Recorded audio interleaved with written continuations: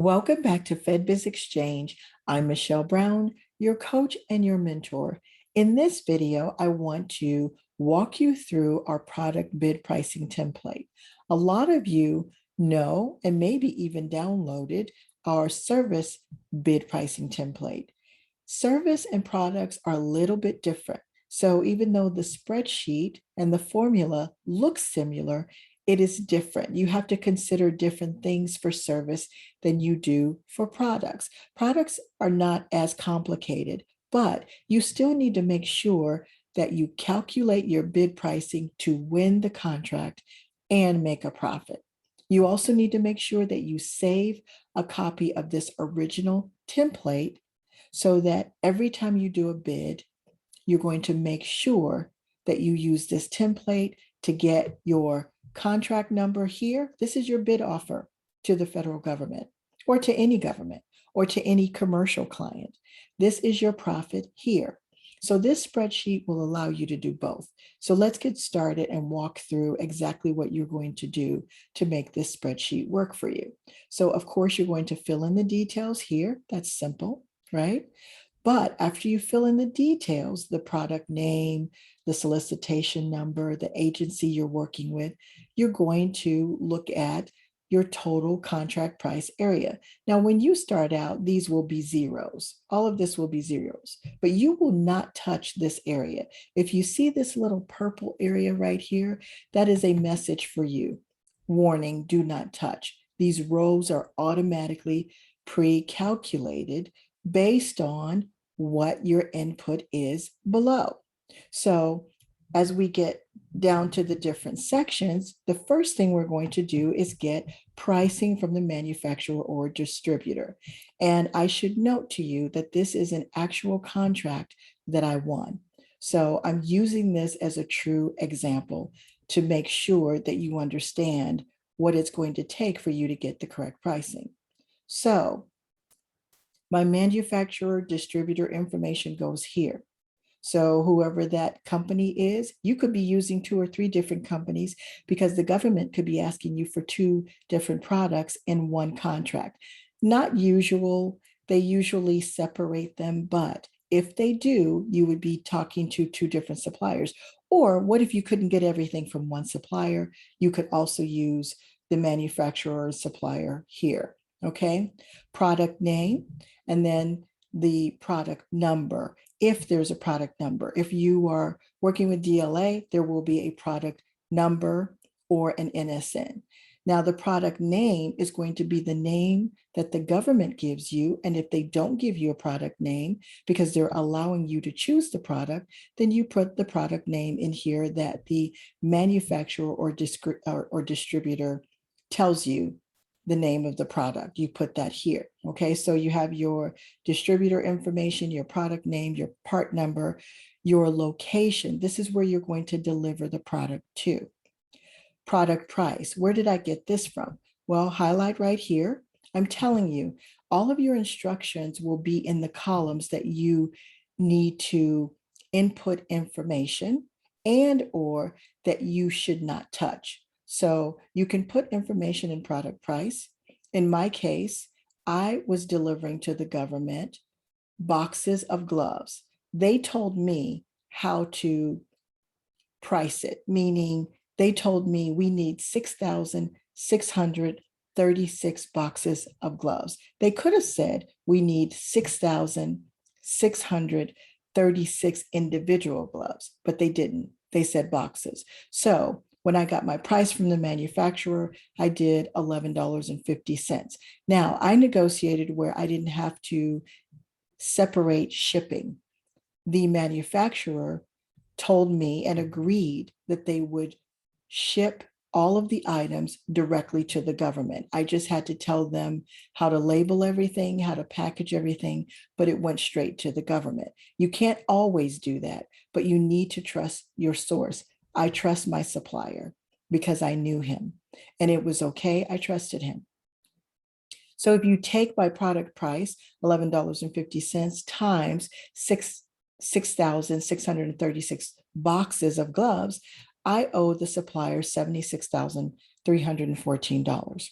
However, I wanted to decide what my markup was going to be. I didn't want to be too high, but I also didn't want to be too low. So I added $4.45 to each box. That's how I got my profit. What you will note throughout this pricing template is that you can decide what you want to make with your markup.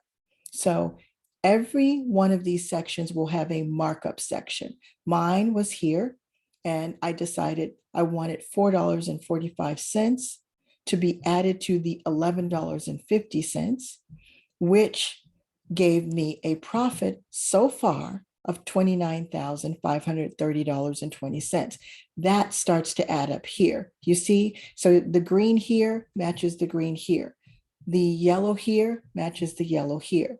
So I'm building my pricing. Now, as I go down a little bit further, let me just remind you also, it's going to tell you which columns you should not touch. You don't touch any of the green columns or the yellow columns because they calculate on their own automatically when you fill in all of the other pricing, okay? The rates and the hours and things like that.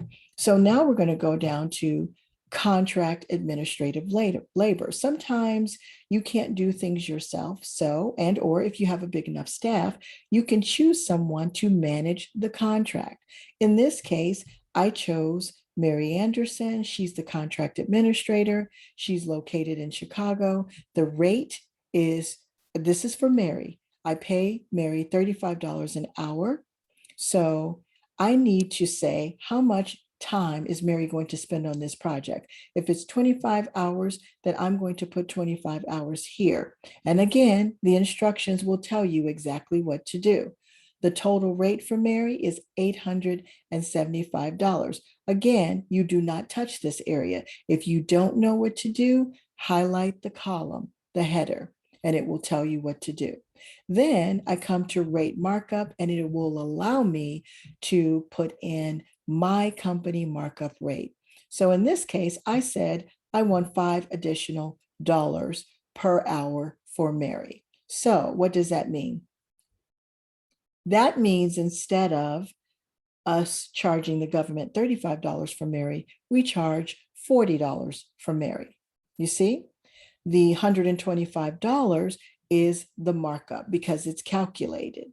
Then all of the rates and the total, I should say the total rates plus the markup is added up. And then it's over in the labor category for the total cost that I'm going to charge the government for Mary. So I'm adding an additional $1,000 to the contract price for Mary. I'm adding an additional $125 to my profit. Okay. Now remember, the total contract price that I'm giving to the government will include my profit. It's just that I will know exactly what my profit is. Let's say I did some research and I know what the government has bought this product for in the past. And I start looking at my pricing and I start seeing that my numbers are getting too high. I could actually decide not to charge a markup for Mary and only charge them for the rate that Mary actually costs. So if I were to take out my markup rate, let me just show you what would happen. That would change to $875. Okay. So next we come down here to the subcontract portion, the subcontract labor. Sometimes you will have it, sometimes you won't. If I had to do my own shipping, my shipper would be down here. I did, however, need to pay a subcontractor to do some of my pallets and my labeling. I give them the labeling. I tell them what has to be on there. Also the packaging. I tell them how the government wants everything to be packaged. Okay.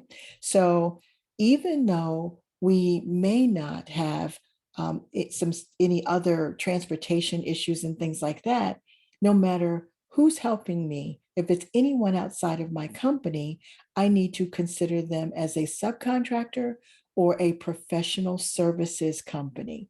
Okay. Again, highlight the area and it will tell you what to do.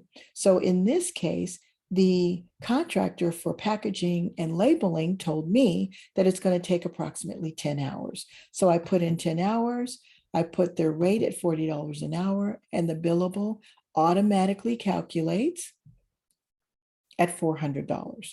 Okay. All of that is going to add up and come over here to my sub labor category, which gives me the totals. So I have the 400 plus they gave me some additional charges to buy the labels, but my markup was $150. Now, let's say again, I'm finding my numbers up here, up at the top, are going too high. I could always decide not to charge or not to mark up this area right here for the subcontractor. Okay. But at this time, I'm still in the game and I want to make a certain amount of money. So I guess I could tell myself, like I tell you guys all the time, do I want to make 50,000 or do I want to be competitive and go ahead and make 30,000 so that I can get in the door with this medical product and continue to service the government? I believe it's better not to be greedy. If you $30,000 just to sell them one product was very, very much worth it. And it's quite lucrative. One $30,000 hit. I do another $30,000 hit, that's $60,000. But I found the right product. I was very careful in doing my research. I knew that if I was in the middle with my pricing, I would win eventually. And I did. It was a very quick win because the lowest price that the government was receiving at the time was $11. The middle was me at $15.95, $16 per box. There were some other competitors that were a little bit higher, but I made sure my package was good. I included some things that the government did not ask for, like we can deliver right away, things like that. I made my package really good, and I decided I'm going to go for the price that I want. And it worked. And you can do the same thing. But if I get higher, I can keep looking at my markup area to decide, do I really need to charge the government for that? Now, this is a perfect example. Professional services or other costs. Let's say I need to get more insurance, but I already have insurance. The government is saying I need 5 million and I only have 1 or 2 million. I already pay $300. I could choose not to charge the government for that, or I could go ahead and put in the cost that the insurance company is going to charge me and then do a markup of $500. And my total to the government is going to be $800, which gets added into my total. And then I have profitability on this insurance situation. Now, I suggest that you don't do that if you have to pay for insurance anyway. But if you have the example that I just gave you, where you have $1 million or $2 million and they want you to get 5 million, I do think you should charge them for it unless you're going to keep it. If you're going to keep it, fine. But sometimes they ask you to do things that you would not normally have to do. But if you think you need to charge them for it, fine. If you think you're getting too high with your numbers and you're going to price yourself out of a win, go back and look at the areas where you feel you could not charge the government. That would be in column I in the markup area. Now, here's one last thing. Down here, we have travel. If you have to travel or one of your employees has to travel to a site, whether it's local or whether it's across the country, you need to document it. You can put the employee name, the reason for the site visit, when they traveled, where they traveled to and from, the date, the airfare, the meals. Now, what if they traveled and it was just driving across town and you needed to charge for that? Then what you need to do is just put that in here where they went, what city they drove from, and then what city they drove to. You can put the date, but you don't have to put any airfare. You could just put company markup because they drove. What if you only want to charge $45 or $100 or something like that? You could charge the rate that you pay your employee per hour. Okay. Now, in some cases, you may need to tweak this a little bit to add some things that will be beneficial to your company. If you need to do that, you do it in the middle of the section and you just insert just like this. Now you have to still make sure that the numbers are adding up. So if you need to insert something in a specific area, make sure the numbers are adding up. And it's the formula, because even though I didn't lock the formulas, I want to make sure that you understand these are pre-calculated areas. Okay. And that's how you use the product bid pricing template.